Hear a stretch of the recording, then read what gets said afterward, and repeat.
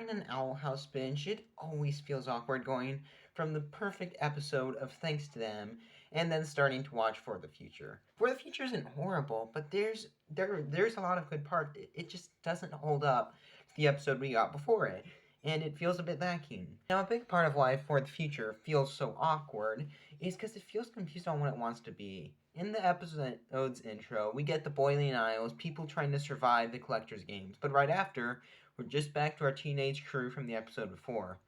I think the episode could have been a lot better if it focused on the Boiling Isles characters, because if you take out the teenagers, the, the story doesn't change all that much. We get more development on Luz's guilt, we get development for Willow, Hunter can teleport, and Luz gets her staff, but that's about it for the teenage characters. For the rest of the episode, the human gang is completely irrelevant. I think it would have been much more compelling if we focused on King, Ida, the Collector, and Hexside, just without Luz and friends. And thanks to them, we see Luz's perspective of getting sent into the human world and King's speech of, you were a great person or whatever. In this episode, we get King's perspective of it. I would have loved that, as thanks to them is for the teens, for the future is for King and Ida, and the stories are paralleling until they meet in the finale.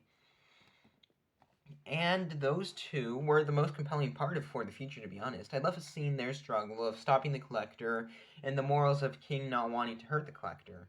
They could even keep Bellows' inclusion, but I don't want to see Luz. I think it would have been nice to have an episode without Luz right before the finale to make when she shows up in the next episode and reuniting with King and Ida all the more powerful. King and Ida are the main characters, but we've seen far too little of them in season 3. So giving them an episode with the level of writing seen and thanks to them would be amazing to finish their stories off with a bang. I can't fault the episode too hard for something they didn't do, but there are still a lot of problems just in the episode itself. For example, the Hexite part of the story has a lot of problems. First of all, we did not need Kikimora here. Her presence in this episode was aggravating outside of story just as much as it was to the characters inside of the story. She felt forced in, like her only role in the episode was to lengthen it.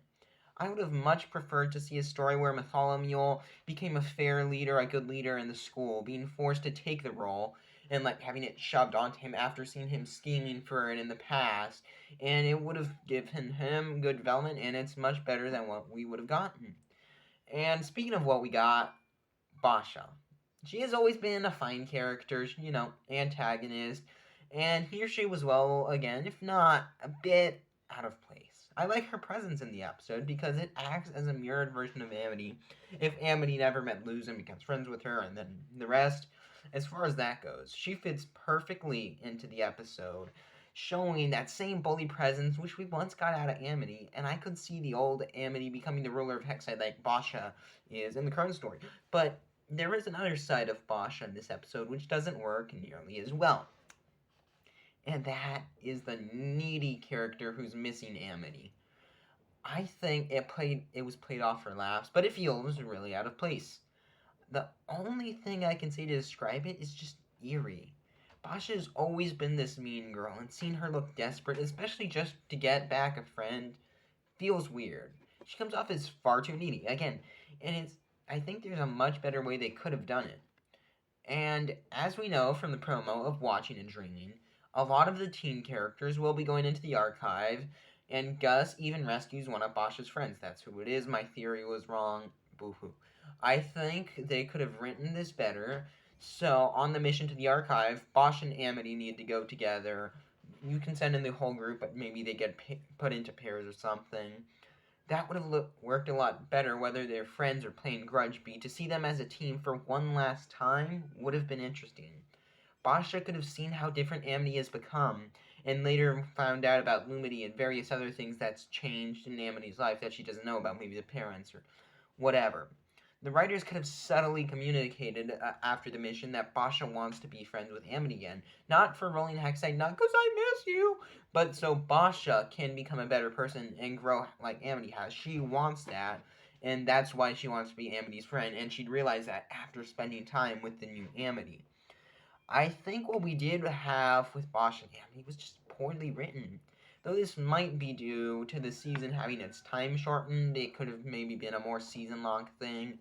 And one last Basha thing, I will say her interactions with Willow are great, that antagonistic presence. I feel like if you want to have humans in this episode, keep that same antagonistic presence against Willow, but also against Amity. She feels betrayed, and then after the mission, she realizes.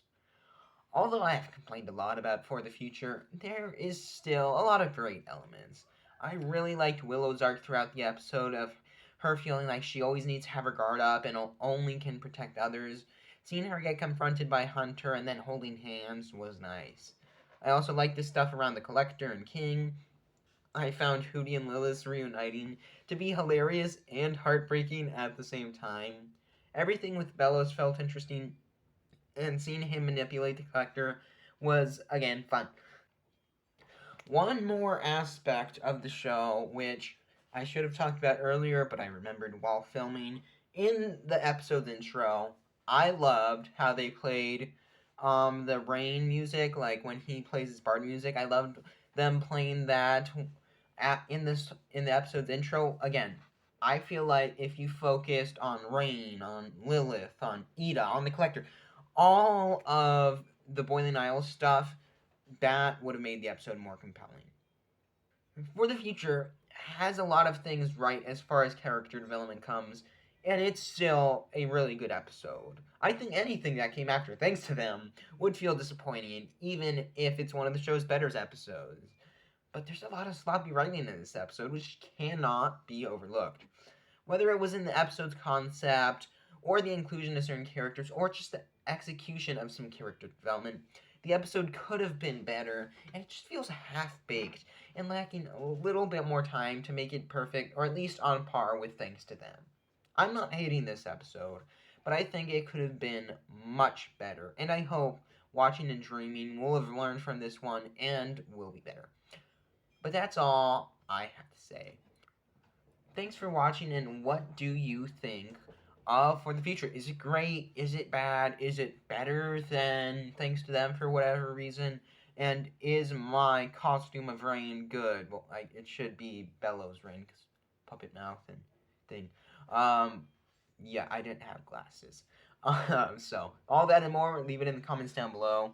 If you want to see why Thanks to Them is Disney's perfect episode of television, make sure to check out this video. Subscribe for more videos about the Owl House. We are just around the corner from the finale. It is so close, and my hype is at its maximum. Once again, thanks for watching. I've been Fictional Fanatics, and until the next one, bye.